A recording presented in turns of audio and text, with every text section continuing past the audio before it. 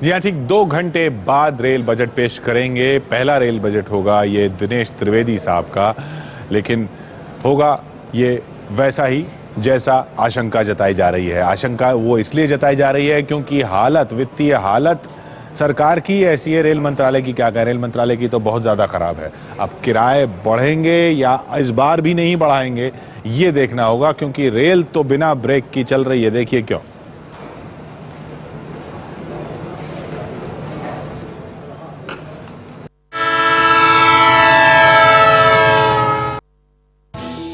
तृणमूल कोटे से रेल मंत्री दिनेश त्रिवेदी से जब रेल बजट की संभावना के बारे में पूछा गया तो उन्होंने कहा कि रेल बजट को जैसा होना चाहिए वो वैसा ही होने जा रहा है, लेकिन आशंका इसकी उलट लगाई जा रही है। सवाल उठ रहा है कि क्या इस बजट की गाड़ी बिना ड्राइवर के ही दौड़ेगी। इसकी कई वजह गिनाई जा रही हैं।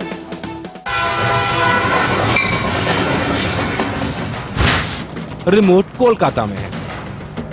दिनेश त्रिवेदी रेल मंत्री बने पश्चिम बंगाल की जनता की मेहरबानी से। मेहरबानी इसलिए क्योंकि जनता ने ममता और उनकी पार्टी तृणमूल को जिताया तो रेल मंत्री का पद खाली हुआ और ममता ने अपनी गद्दी सौंप दी दिनेश त्रिवेदी को। ममता बनर्जी के बारे में कहा जाता है कि रेल मंत्री रहते हुए भी उनका पश्चिम बंगाल में मन लगा रहता था और नए रेल मंत्री का भी हाल इससे अलग नजर नहीं आया। कार्यकाल के दौरान भी उनके फोकस में पश्चिम बंगाल ज्यादा रहा।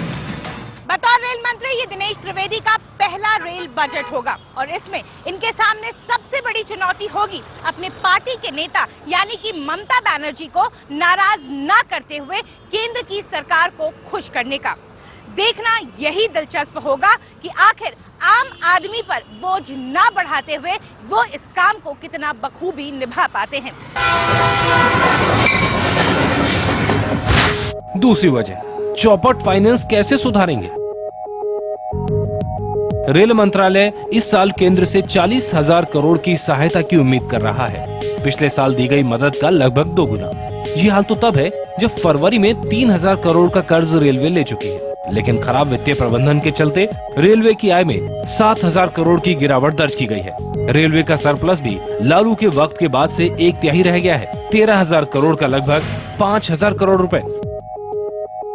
घटते फंड की वजह से पिछले साल रेलवे सेफ्टी की मद में भी खर्चा घटाया गया। यही वजह है कि इस बार रेल किराया बढ़ने की आशंका है, लेकिन उससे होगा क्या। खबरों के मुताबिक रेलवे करीब 1.5 लाख COD कर्मचारियों की भर्ती करने जा रही है, जिससे रेलवे का खर्च करीब 2,000 करोड़ और बढ़ने की आशंका है। हाल तो ये है कि पिछले साल की कई योजनाएं अब तक अधर में हैं और ऐसे में नई घोषणाओं को कैसे पूरा करेंगे रेल मंत्री। तीसरी वजह, दुर्घटनाएं कैसे बंद होंगी। रेलवे अब तक रेलगाड़ियों के सफर को सुरक्षित करने में नाकाम रहा है। 2011 में अप्रैल से लेकर दिसंबर तक के आंकड़े बताते हैं कि इस दौरान कुल 106 हादसे हुए, जिनमें 73 यात्री गाड़ी के और 33 मालगाड़ी के। रेलवे की घाटी में जाने से रेल मंत्री इस तरफ ध्यान कैसे दे पाएंगे, इस पर भी संदेह बना हुआ है। यात्रियों के लिए कितनी सुविधा। रेल मंत्री अगर किराया बढ़ा भी दें तो भी रेलवे का बहुत फायदा होता नहीं दिख रहा। रेलवे का 42% खर्च तो कर्मचारियों के वेतन और भत्तों में जाता है, 17% पेंशन में चला जाता है। साल 2011-12 में तो कुल खर्च का 50% सिर्फ कर्मचारियों की मद में खर्च हो गया। रेलवे की सुरक्षा, संरक्षा और आधुनिकीकरण की चिंता में डूबे रेल मंत्री ने पिछले साल बनाई थी 2 कमेटियां, अनिल काकोडकर और सैम पित्रोदा। दोनों ही कमेटियों ने अपनी सिफारिशें रेल मंत्रालय को सौंप दी हैं। अब देखने वाली बात होगी कि इस रेल बजट में रेल मंत्री इन सिफारिशों में से कितने को नीति के रूप में अमल में ला पाते हैं।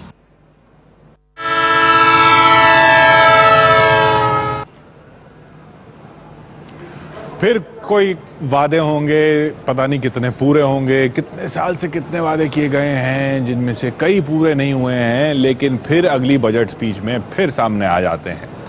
वर्ल्ड क्लास स्टेशन बनने थे कई सारे, नई दिल्ली भी था उनमें से एक। देखिए कितना वर्ल्ड क्लास बनाया, मौजूद है वहां पर Anjana. World class railway station में कैसा लग रहा है? वर्ल्ड क्लास रेलवे स्टेशन की सच्चाई तो ऐसी है किशोर कि सामने से इमारत तो बड़ी बना दी गई है, लेकिन अभी से ही उसके कुछ हिस्से गिरते हुए दिख रहे हैं, प्लास्टर गिरता हुआ दिख रहा है। तो कुछ वैसी ही हालत है जो शायद भारतीय रेल की है। सबसे ज्यादा संस्कृतियों का देश, सबसे ज्यादा अनूठे रंगों का देश, और कहते हैं भारतीय रेल में ये तमाम रंग मिलते हैं। लेकिन क्या यही है हालत वर्ल्ड क्लास रेलवे स्टेशन की? अगर देश के रेल मंत्री अगर देश के तमाम बड़े नेता देख रहे हैं इन तस्वीरों को, वो शायद बड़े बड़े एयरपोर्ट्स का रुख करते हैं, लेकिन आम जनता आज भी वही दिक्कतों का सामना कर रही है। अभी भी बिल्कुल रेलवे लाइन के साथ साथ जो गंदगी है वो स्टेशन पर ऐसी हालत है। स्टेशन पर आप हालत देखिए, इस तरह की गंदगी है और ये रेलवे लाइन के आसपास की गंदगी है। तस्वीरें ऐसी है जो कि शायद टीवी पर दिखाई नहीं जा सकती है, वो यहाँ पर आकर ही उस दुर्गंध को कोई महसूस कर सकता है, जिससे शायद लोगों को, यात्रियों को गुजरना पड़ता है। बड़ा सवाल ये है कि जिस साफ सफाई का वादा किया जाता है, जो एक वक्त पर लालू प्रसाद यादव ने तो किशोर यहाँ तक कहा था कि जैसे एयरपोर्ट्स में, एरोप्लेन में जिस तरह से वैक्यूम से टॉयलेट का इस्तेमाल होता है, वैसा ही कुछ मैं करूंगा। लेकिन ये वादे हैं, वादे ही बनकर रह जाते हैं और ख्याली पुलाव मुसाफिर अपने दिमाग में बना लेते हैं कि शायद स्थिति बेहतर होगी, लेकिन आज भी उसी दुर्गंध का सामना आपको रेलवे स्टेशन पर करना पड़ता है। और ये किसी दूर दराज इलाके की जगह की बात नहीं है किशोर, ये राजधानी है। और जैसा कि हम लगातार दिखा रहे हैं कि तत्काल सेवा में किस तरह से हाईजैक कर रहे हैं उसे दलाल, यानी दलालों का दबदबा, उनका बोलबाला राजधानी दिल्ली जैसे स्टेशन में अगर है तो उससे बहुत मुश्किल नहीं है किशोर। पूरे देश में इस वक्त क्या तस्वीर बदली हुई है। बड़ी चुनौती होगी किशोर रेल मंत्री के सामने कि क्या वो कुछ ऐसे वादे करें जिस पर वो कुछ अमल भी कर पाए। और ये वादे ऐसे क्यों किए जाते हैं और उनपे क्या वो सिर्फ उसी दिन की तालियां जुटाने के लिए किए जाते हैं? तिवारी जी हमारे साथ यहाँ लगातार बने हुए हैं। आपका तो वास्ता कई रेलवे के अफसरों से पड़ा, पूरी व्यवस्था से पड़ता है। ये वादे जो बजट में होते हैं ये क्यों किए जाते हैं? सिर्फ तालियां लेने के लिए उस दिन, उसके बाद कुछ नहीं? जी बिल्कुल, ये आप सही कह रहे हैं, क्योंकि वादे सिर्फ पॉलिटिकली बैकग्राउंड क्या, उस पर क्या लाभ होगा ये देख के ही किए जाते हैं। हकीकत, जमीनी हकीकत अगर देखा जाए तो इस तरह की कोई काम हो नहीं सकते। पिछले आप 3-4 बजटों को उठा के देख लीजिए, उसमें कितना प्रतिशत काम हुआ है। कई मायनों में कई बार ये किया गया है, ब्रॉड गेज की ट्रेन अनाउंस की गई है और उस सेक्शन में ब्रॉड गेज ही नहीं है। ब्रॉड गेज ही नहीं है और ब्रॉड गेज की नई ट्रेन घोषणा कर दी गई। ये पता नहीं चलता मंत्री को। अब यही तो सबसे बड़ा बेसिक इश्यू है कि मंत्री किस, अब जैसे आप यही देख लीजिए कि लालू जी के समय में जिस रेलवे को बहुत ही फायदे में बताया जा रहा था, ममता जी आ गई, उन्होंने बता दिया कि ये नुकसान में चल रहा है। एक व्हाइट पेपर आना था, श्वेत पत्र लाया था, विजन 2020 लाया गया ये दिसंबर 2009 में। तो मेरा यही कहने का मतलब है एडमिनिस्ट्रेशन वही है, अधिकारी वही है, वही अधिकारी जो फीडबैक देते हैं उसी के आधार पर रेल बजट बनता है। तो वही एक मंत्री के चेंज होने से पूरा बजट, पूरा रेलवे महकमा प्रॉफिट से लॉस में कैसे आ गया? तो इसके पीछे का आप ये इससे अंदाजा लगा सकते हैं कि किस आधार पर आकलन होता है। मंत्री जी ने जो कह दिया उसको किस तरह से साबित करना है। मंत्री जी ने कह दिया कि दुरंतो एक्सप्रेस चलेगी, दुरंतो एक्सप्रेस, उनकी गाड़ी निकल पड़ी है घर से। दुरंतो एक्सप्रेस की आप मेरे को बताइए कि क्या उसका फायदा हो रहा है यात्रियों को? ऑपरेशनल हॉल्ट आदमी को, ये ट्रेन को, रेलवे को देना ही पड़ रहा है, बीच में 3 या 4। तो नॉन स्टॉप ट्रेन की जरूरत क्या है? जबकि जैसे बंबई से दिल्ली अगर दुरंतो एक्सप्रेस नॉन स्टॉप होती नहीं, हो ही नहीं सकती है, क्योंकि आपको ऑपरेशनल हॉल्ट देने ही पड़ेंगे उसमें। आप बंबई से दिल्ली के लिए दुरंतो चल रही है, बंबई से दिल्ली जाने वाले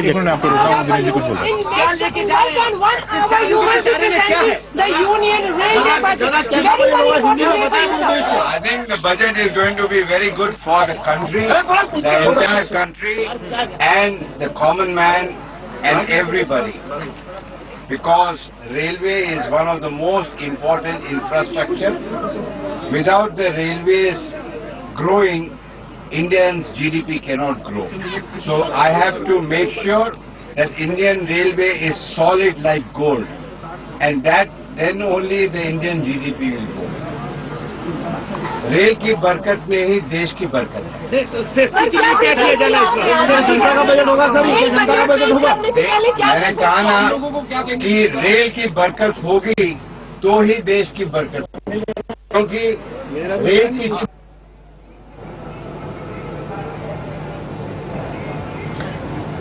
ये जो कहा शंकर त्रिवेदी साहब ने कि जो देश का जीडीपी निर्भर है कि रेल कैसे चलेगी, क्या ये संकेत माना जाए कि कुछ कड़े फैसले लेने वाले हैं?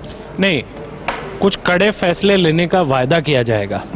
क्योंकि अगर आप हिस्ट्री देखें, इतिहास में कैसे कड़े फैसले?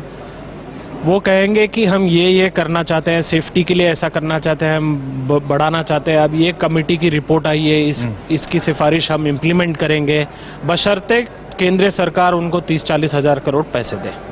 क्योंकि जो इमीडिएट का प्रॉब्लम है वो पहले सॉल्व होगा। आप कह रहे थे पहले कि वायदे क्यों किए जाते हैं, सबसे बड़ी बात तो यह है, पिछले 10 साल में 4 कमेटियां आई है। चारों कमेटियों की रिपोर्ट देखो तो सेम बातें कह रहे हैं, कोई नई बात नहीं कह रहे हैं। सेफ्टी बढ़ाओ, मॉडर्नाइज करो, मोनेटाइज करो, एफिशिएंसी बढ़ाओ। क्यों क्या करा नहीं जाता? क्योंकि एक तो पॉलिटिकल एडमिनिस्ट्रेशन अपनी इंजन चला रहा है वोट के लिए। जो एडमिनिस्ट्रेशन है उसमें ये कैपेसिटी ही नहीं है कि इसको रिस्ट्रक्चर करे। इसलिए मैं बार बार कहता हूं कि इस तरह का जो नेशनल इंफ्रास्ट्रक्चर है, ये सच है कि रेलवेज अगर ठीक से चला है तो जीडीपी में बढ़त होगी और देश के जीडीपी में बरकत होगी, लेकिन आप इसको पहले चलाएं तो।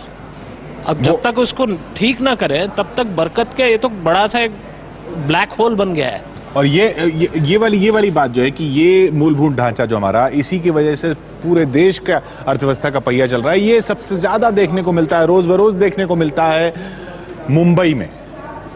हर बार वहां रेल बजट का इंतजार होता है। अब तो शायद इंतजार भी ऐसा हो गया है कि हाँ, फिर देख लेते हैं बाकी सबको क्या मिल रहा है, हमें तो कुछ मिलने वाला है नहीं। फिर चलते हैं मुंबई। प्रणाली आपसे वहां मौजूद है। प्रणाली, इस बार क्या उम्मीद है मुंबई के लोगों को? किशोर जी, सही मायने में अगर बताऊं तो इस बार लोगों को ज्यादा उम्मीदें नहीं है, क्योंकि कुछ दिनों पहले ही दिनेश त्रिवेदी खुद पर आकर गए थे और उन्होंने साफ तौर पर संकेत दिए थे कि इस बार रेलवे के जो फेयर है उसमें जो भाड़ा है उसमें बढ़ोतरी की जाएगी। 8 साल से माना हमने कि कोई बढ़ोतरी नहीं की गई थी, लेकिन कोई नई सुविधाएं भी यहाँ के लोगों को नहीं दी गई थी। 60% योगदान देने वाले मुंबई और महाराष्ट्र के लोगों को हमेशा से ही काफी उपेक्षित महसूस हुआ है रेल मंत्रालय की ओर से। आइए हमारे साथ कुछ लोग हैं, उनसे जानते हैं। लोकल की तो समस्याएं हैं ही, साथ ही बाकी की जो रेल है उसके बारे में भी इनकी काफी समस्याएं। आप बताइए कि भीड़ दिन ब दिन बढ़ती जा रही है और ट्रेनें जो है वो काफी कम है।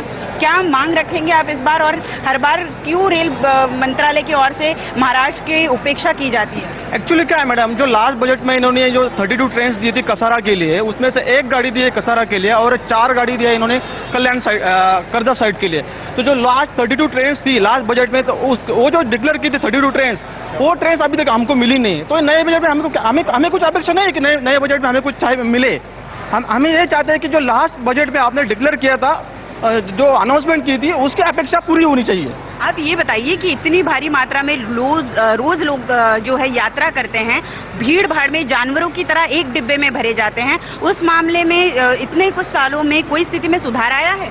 नहीं, ऐसा है कि देखो दिन ब दिन भारी लोग की संख्या बढ़ती जा रही है, प्रवासी भी बढ़ती जा रहे हैं, लेकिन उनके लिए लोकल और उपनगरीय सबर्बन ट्रेनों में कोई भी तरीके से ट्रेन बढ़ाई नहीं जा रही है। इसके लिए एक ज़्यादा तरह से MRVC के माध्यम से फंडिंग और जो इमीडिएटली फेज 1 और 2 की काम चालू है उसको भी तेजी से बढ़ाना और आवश्यकता है। उसके माध्यम से रेक्स बढ़ने चाहिए, रेक्स भी बढ़ते नहीं जा रहे। उसकी वजह से जो कोई रेक्स है उनमें ही ज़्यादा करके जो प्रवासी की संख्या बढ़ती जा रही है। लास्ट ईयर में 1 लाख संख्या प्रवासियों की बढ़ती जा रही है, उसके लिए कुछ ना कुछ करना चाहिए। मुंबई देश की आर्थिक राजधानी है, इसलिए लोग काफी मात्रा में अलग अलग जगहों से यहाँ रोजगार पाने के लिए आते हैं। खासतौर पर अलीबाग की अगर हम बात करें तो वहाँ से रोजाना हजारों की तादाद में लोग मुंबई की ओर आते हैं। 4 महीने जब बारिश का समय होता है तब सारी जो जलवाहतुक है वो पूरी तरीके से बंद हो जाती है। ऐसे में वहाँ के यात्रियों को कितनी दिक्कत होती है? अलिबाग आणि मुरुड हे महाराष्ट्र राज्याच्या पर्यटन क्षेत्रासाठी नंबर 1चं स्थान आता झालेलं आहे आणि इसमें ऐसी बात है कि अलीबाग से आप जैसे विरार से आप चर्चगेट आते हैं, वैसे ही आप अलीबाग से भी बॉम्बे आ सकते हैं, क्योंकि पनवेल तक अपने को सेवा है मगर पनवेल के आगे सेवा नहीं है। इसीलिए हमने ऑल इंडिया पैसेंजर एसोसिएशन की तरफ से रेलवे मंत्रालय को निवेदन दिया है कि ये सेवा थर्ड और चौंडी, पेन, अलीबाग, मुंबई ऐसी होनी चाहिए। इसमें क्या यहाँ का जो आर्थिक विकास और यहाँ के जो विद्यार्थी है वो जो बॉम्बे नौकरी करने वाले हैं उनके लिए बहुत अच्छी सुविधा प्राप्त हो जाएगी। वहाँ के वेजिटेबल को भी बहुत उठावा हो जाएगा और उत्पादकों का फायदा होगा। ये बताइए कि भ्रष्टाचार एक बेहद अहम मुद्दा होता है रेलवे के मामले में। आप ये बताइए कि मुंबई में काफी रिजर्वेशन के मामले में भ्रष्टाचार होता हुआ नजर आता है, उसके बारे में क्या इतने सालों में कुछ किया गया है? अभी भ्रष्टाचार तो जब तक GRP का था 2003 के पहले तो उस वक्त तो कम था। आज के तारीख में 99.9% भ्रष्टाचार रिजर्वेशन के मामले में हो गया है। RPF, रेल अधिकारी, ये सब मिलकर इस भ्रष्टाचार में शामिल हैं। क्या मांग करेंगे, क्या क्या असुविधाएं हैं जिनमें बदलाव होने की अपेक्षा है आपको इस बार? अभी सुविधाएं के लिए तो रेल मंत्री जी को खुद हम दादर में मुंबई रेल प्रवासी संघ की तरफ से हम लोग उनके हाथ में लेटर दिया हूं कि कुछ समस्याएं हैं, जैसे कि रिजर्वेशन के संबंधित में, मुंबई लोकल ट्रेनों के संबंध में, इस संबंध में उनको खुद दिया गया कि अगर शायद इस पे ध्यान दे दे, मैं यात्रा का टिकट बढ़ा दो, ठीक है, पर सुविधा जरूर चालू करो। यानी कि मुंबई वासियों को कोई दिक्कत नहीं है अगर थोड़ा सा भाड़ा जो है वो बढ़ा दिया जाए, लेकिन उनका कहना है कि हमें सुविधाएं जो हैं वो दीजिए, तो हमें कोई दिक्कत नहीं है कि आप भाड़ा अगर थोड़ा बढ़ा दे तो हमें कोई दिक्कत नहीं पेश आएगी। शुक्रिया प्रणाली आपका। तो जैसा प्रणाली ने बताया कि मुंबई में लोगों की फिर उम्मीदें वैसे ही हैं कि मिलना तो कुछ है नहीं, चलिए कोशिश करते हैं इस बार उम्मीद लगा के कि शायद हमारे हिस्से कुछ आ जाए। अगर किराया बढ़ाना भी है तो सुविधाएं अगर मिल रही हैं तो किराया बढ़े किराए से कोई परहेज नहीं है लोगों को, कम से कम मुंबई के लोगों के बारे में तो कहा ही जा सकता है। जल्द लौट रहे हैं हम। बजट के कागज पहुंच चुके हैं संसद भवन, देख रहे हैं आप।